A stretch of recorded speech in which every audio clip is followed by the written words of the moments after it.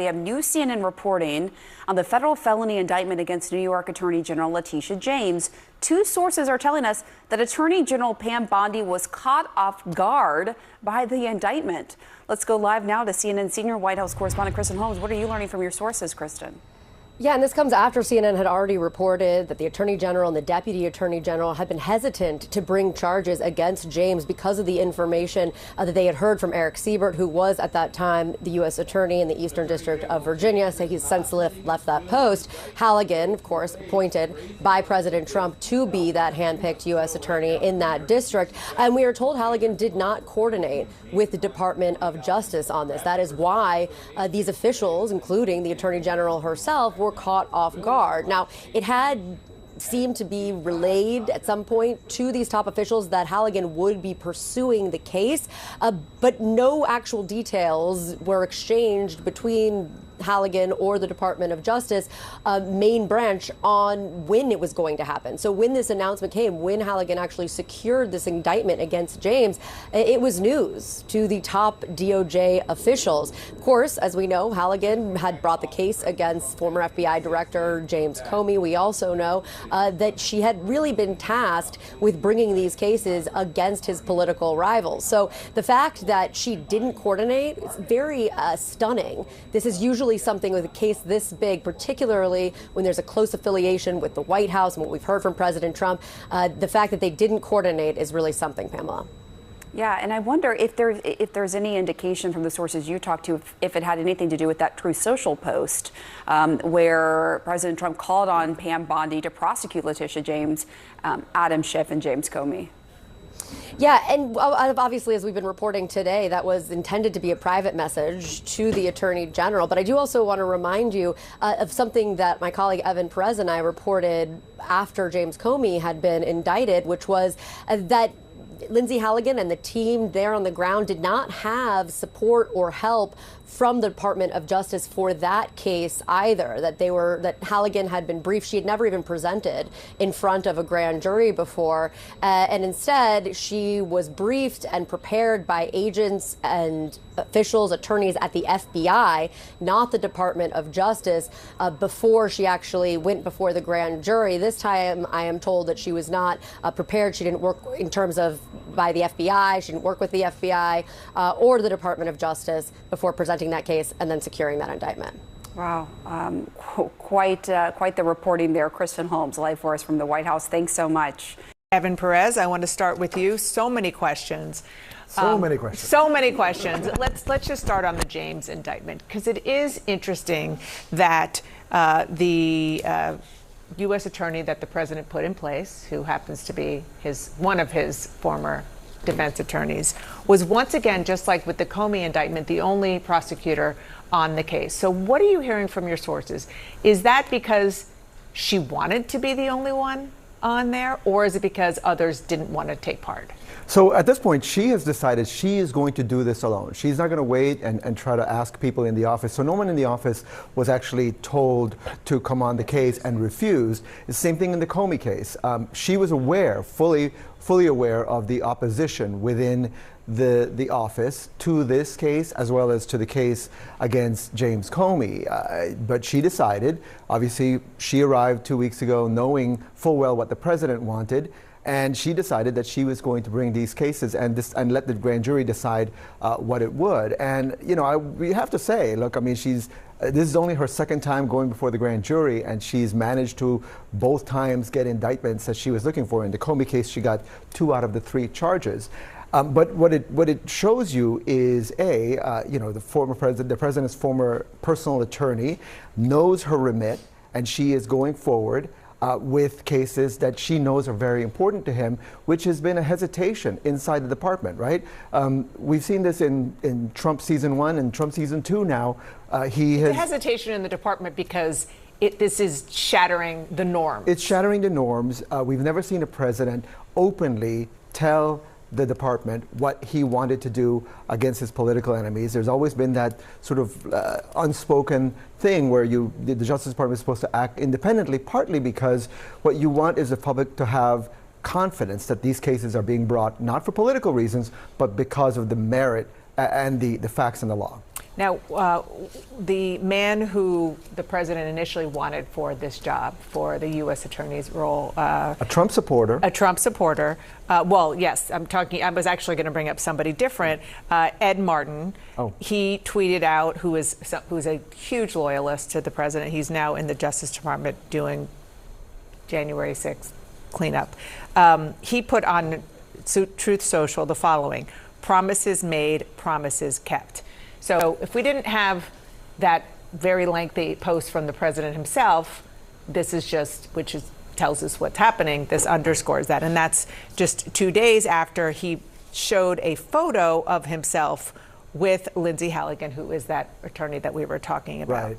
And he also tweeted another one of an eagle flying over Brooklyn or New York, a very clear indication of what he knew was about to happen, right?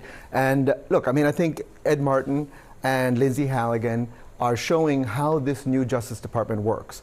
They have direct relationships with the president. They can pick up the phone and talk to the president anytime they want. In previous Justice Departments, including in the first Trump administration, there was a separation. That only the Attorney General, Deputy Attorney General, very limited ways that they could communicate with the White House. That norm has been shattered, and everyone is basically like, we don't care what your norms are. This is how it's done now, and we don't really care what people's perception of it is. They're going to go forward. I should say, though, this case against Letitia James, this is a paperwork case. These cases are traditionally, pretty simple for prosecutors to bring and to be able to get a jury to buy into. So she does have a problem here because it is the paperwork. Right, she does. I mean, to your point about the difference between season 1 and season 2, it is one of the biggest frustrations of President Trump from his first term in office was Jeff Sessions and how he did not take control of the Justice Department. When you talk to the president's top advisors, that is the thing even that under he Bill wanted Barr, to change. Too. For sure, yeah. For sure. During the whole first term, and Bill Barr was loyal, but just not loyal enough. But this is an entirely different ballgame. So that is what the president is. That's what he wanted. That's what he. Joining me now is Brendan Ballou, a former federal prosecutor in the DOJ's National Security Division. He resigned in January after the president's decision to pardon or commute the sentences of more than 1,500 January 6th rioters. Brendan, thank you for being here. I mean, it's been less than 10 months, and we've gone from Trump pardoning the J6 supporters to the prosecution of his adversaries. You said earlier this year the DOJ was bleeding credibility. How do you see your department now? It's heartbreaking what I'm seeing. For those of us that started our careers in the Department of Justice, what defines it is not, the buildings, the institutions, the laws that we enforce, even the people. It's a commitment to the neutral administration of the law, and that is being absolutely eviscerated right now.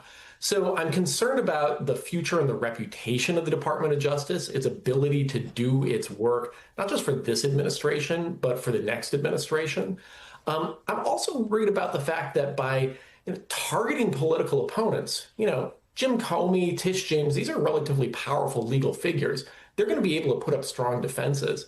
I worry about what these prosecutions are going to do to folks who aren't as powerful and whether it's going to discourage them from speaking out or speaking against this administration. Do you think that it could give leeway for people at other levels of government who are other prosecutors potentially in other levels of government to pursue politically motivated prosecutions? Absolutely. The point of these prosecutions is to politicize the entire administration of the justice system.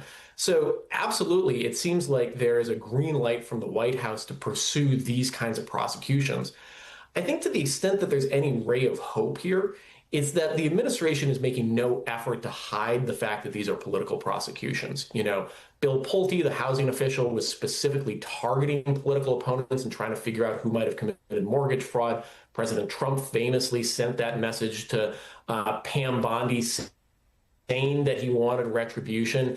The fact that, Lindseay Halligan had to be brought in because career prosecutors refused to bring this case means that it's actually going to be much harder for them to succeed on the merits here. And that folks like, Ms. James and Mr. Comey are much more likely to be able to get these cases dismissed on selective or vindictive prosecution grounds. Going to indict you on bogus charges. And for Elise Stefanik and everyone else to defend this and say supposedly they're concerned about weaponization, but it's okay to have an indictment signed by one person who has never prosecuted a case, not a single career prosecutor would sign their name to it. I've indicted a lot of cases as Attorney General. I have never signed an indictment without any career prosecutors joining me. And nor would I, for a very simple reason. That's not how the rule of law works. Well, and the other thing that we know has gotten potentially under the president's skin involving James is that she and other Democratic attorneys general have challenged this administration now dozens of times beyond the civil suits. How much of a thorn has she been in Trump's side now that he's back in the White House? I've worked very. The federal indictment of New York Attorney General Letitia James has rocked Washington. Even Attorney General Pam Bondi was reportedly blindsided as Lindseay Halligan, Trump's handpicked U.S. attorney, bypassed DOJ and FBI protocols to secure the case alone. Halligan, who also prosecuted James Comey, acted with direct alignment to Trump's instructions, shattering the traditional separation between the White House and the justice system. Career officials opted out, leaving political loyalty to drive prosecution decisions. Experts warn this could erode public trust and set a dangerous precedent for politically motivated cases nationwide. While the legal merits remain to be tested, the optics are stark. The machinery of justice is being wielded as a political tool, challenging the independence of American institutions. Letitia James ke federal indictment ne Washington, Hiladia. Pam Bondi, B. Hiran Rahi, Kyunki Lindseay Halligan, ne DOJR FBI co bypass karke case, khud secure kiya. Trump ke instructions ke sath aligned, yay. Step justice system ke independence. Co challenge karta hai or political prosecutions, ke liye precedent, set kar sakta hai.